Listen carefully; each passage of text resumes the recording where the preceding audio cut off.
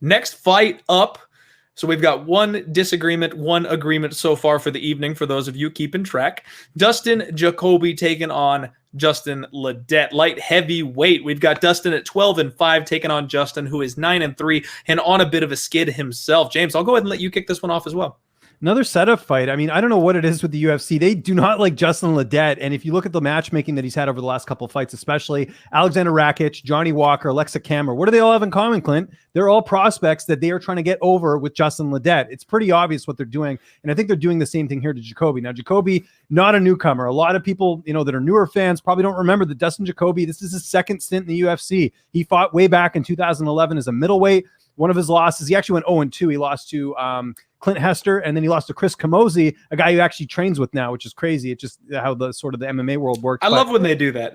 Yeah, no, it's kind of interesting to see how that all kind of ties together there. But Jacoby ended up, he's basically since leaving the UFC, he's done kind of a mix of doing a bit of MMA, but then also glory kickboxing. So he's been over there, really worked on his striking, and sort of played to his strengths. I mean, that is what he was known for, even coming into the UFC, was his striking. So he's got a world of experience getting to be over there in glory, and then just recently decided to come back. He actually was going to go to PFL. Didn't end up, and coming to terms with them, ended up getting on Contender Series, getting the win, and now back in the UFC here. So if we're looking right now at the odds, Jacoby's about a -310 favorite. Little steep for my liking, but I do think this is kind of like the last fight, Jacoby's fight to lose. I don't see Ledet trying to take this to the ground. I think this stays standing. And if we're going between a guy who's got, kickboxing experience and a guy who's, comes from a great camp at Factory X over a guy in Justin Ledet, who just hasn't shown us really much of anything, I'm going Jacoby here. Here's the interesting thing. You can right now get Dustin Jacoby inside the distance right now for +100. That's some great value in my opinion. I think if this does stay standing, I think there's a good chance that Dustin Jacoby could get the finish here by TKO. It's possible he could get a submission as well, maybe knocks him down and lays that in. We have seen Ledet.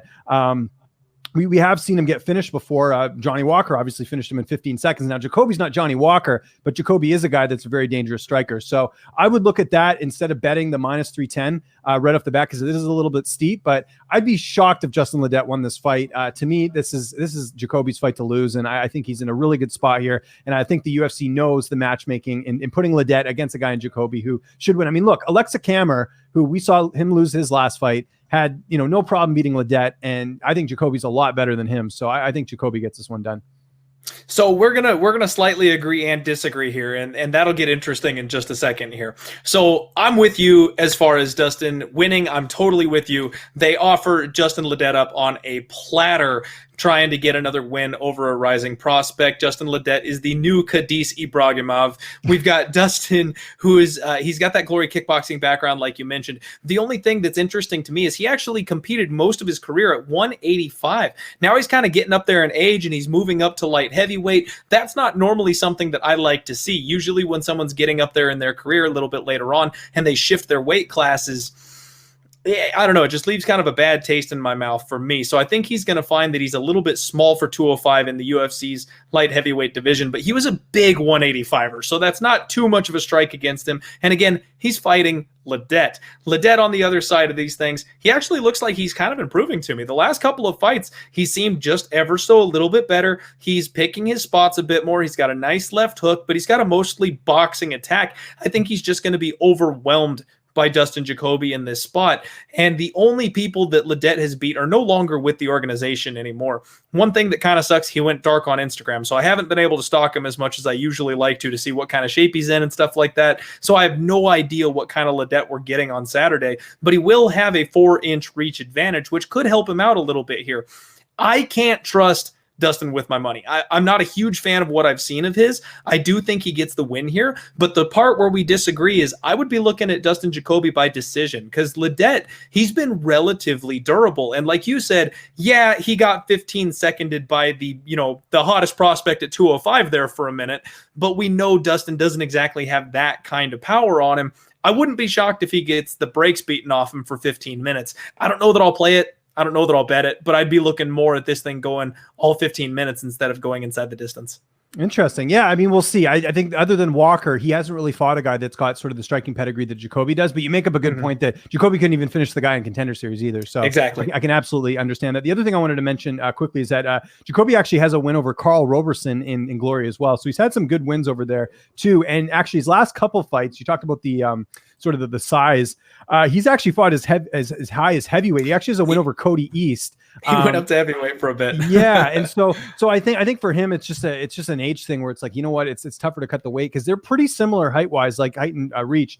Jacoby's 6'4" with a 78-inch reach, whereas Ledet is 6'4" with an 80-inch reach. So not much difference there, and they're both actually the same age. So pretty similar physically, but the experience, that's one thing we didn't even talk about here. You add up the kickboxing experience, then you add up even in the MMA experience of just the fact that, you know, Jacoby's been in there with King Mo, he's been in there with David Branch, he's been in there with, you know, a lot of notable fighters, whereas Ledet, I mean, he's fought, you know, Walker and a few other guys, but I mean, experience-wise, you have to get the edge of Jacoby. So that's another reason why I like him in this fight, but good assessment nonetheless.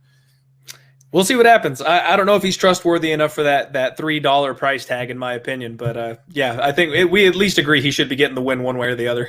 Yeah, no, absolutely. I do want to highlight this here. Did you see the announcement, man? Stipe Miocic rematch with Francis Ngannou, looking like they're targeting March. I am so pumped for that. It's about dang time, man. Stipe has been doing everything possible to avoid Francis Ngannou, and I don't know if they just needed to write him a big check or what the deal is, but that fight's got to happen.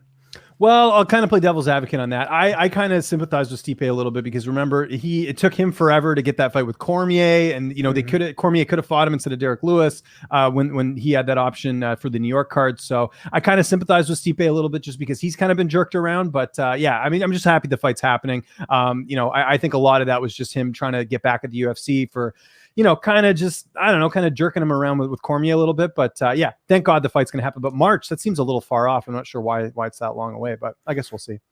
Yeah, as long as it's happening, that's all I need to know, because I've been the guy that's planted my flag firmly in the Ngannou camp, and I think he's the future king of the division. May he reign forever. And I think he's going to take the rematch here, so I'm looking forward to it. As long as it happens, just give me a date so I can look forward to it. We've got about 365 live viewers. Thank you all so much for hanging out. This is the Die Hard MMA Podcast, and you are watching right here on odds.com. This is Odds HQ on YouTube. Make sure you subscribe to Odds over on Twitter. Make sure you subscribe right here on YouTube. This is the home of the podcast. We go live this time of day every single week on Monday to break these fights down. And I have my associate, Mr. James Lynch, who is the best in the business, hanging out with us to talk some fights tonight.